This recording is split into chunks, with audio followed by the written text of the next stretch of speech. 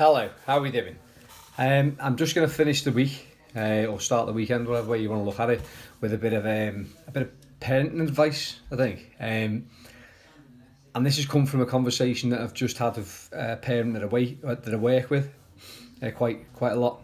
Um, I want to start by saying what I always say because a big part of the role I do in school is working with parents, as well as working with the children, work with the parents and discuss what's going on at home and give advice and strategies to help things at home.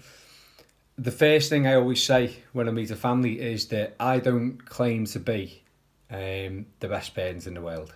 I don't think that everything I say is right. I don't think that I've got all the answers, but I have got experience in a lot of ways, and I've got some knowledge to back it up. And what I also am is an outsider with an objective point of view. So if somebody of my ilk came into my house and saw the way that I parent and the dynamics in my house, I'm pretty sure they'd be able to give me a lot of advice on where I can change things for the better to improve the dynamics in the house. So I want to start by saying that. So any parent advice that I do give out, it's not me claiming to be the best parent in the world. It's just me trying to help. So the conversation I just had was regarding a child who'd had a meltdown, a pretty long meltdown. Was still we're still recovering a little bit today and still sleeping a lot. So when we got into it a little bit, we looked at the sleeping patterns, and what's happened is you'll have a routine with your children or your child, and generally when they're getting enough sleep, things are going quite well. Now, I know this from my own lad as well, that what happens is obviously those routines don't always stay, and we have late nights or whatever, but then if you have one late night, then the next day it's okay, and then you might see little meltdowns and changes in behaviour and attitude throughout the day, which is normal. But then what that can then lead to is then another late night. So then the next day, those meltdowns and changes in behaviour become even more frequent and maybe even worse. And then they may have slept in a little bit as well. So the body clock becomes changed then. The routine goes out the window, the body clock changes. And then over a period of time, all of a sudden, you've got a child or children who are showing behaviour issues and challenging behaviour at home. Now, that's the time that you've got to address it and go, right, okay, have a think back, reflect on it and how much sleep have they had? Have the routines changed? And then if you realise that they have, get back to basics, get back to what was working, get back to the routine that they're used to, get them in bed at a decent hour. The first night might not go too well because the body clock might be messed up, so it might be you're getting them down but they're not actually going to sleep, and it could be midnight or whatever time that they're still tossing and turning, playing up a little bit. But then the next day, if they're doing that the next day, get them up wake them up at the usual time, like the early time.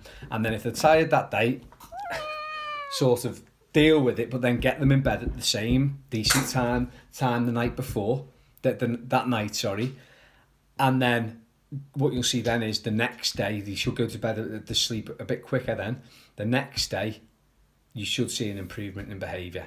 You might not. And if you don't, then maybe get in contact and we can have a chat about other things that might be going on. I'm just giving you one scenario that may have affected behaviours. The other thing that I've noticed quite a lot, probably throughout my time of being a dad, is if there's two of you in the house, so if there are two parents, is tag teaming it a little bit. Sometimes, particularly homeschooling at the moment, if you're hitting a brick wall a little bit, and you're starting to get a bit frustrated yourself and get a bit wound up and things aren't working, maybe leave the situation a little bit and tag team it a little bit. I've noticed when I go out the house for a run or whatever, if my wife is I'll come back and Jay might be a bit more settled, because it's not, sometimes if there's two here and you're both going at them a little bit, trying to give them advice, you can become overwhelmed. Then it all becomes a bit too much. So I've spoke to families before as well where sometimes you realise that you're clashing with your child all the time. So maybe a role reversal, and if you're the one who's usually putting in the boundaries, and you're the one who's usually sorting them out at bath time and bedtime, and you're the one that usually takes on that role, but it's not working at the moment, and there's constant arguments, and you're getting wound up and you're losing it as well, then maybe swap roles for a bit.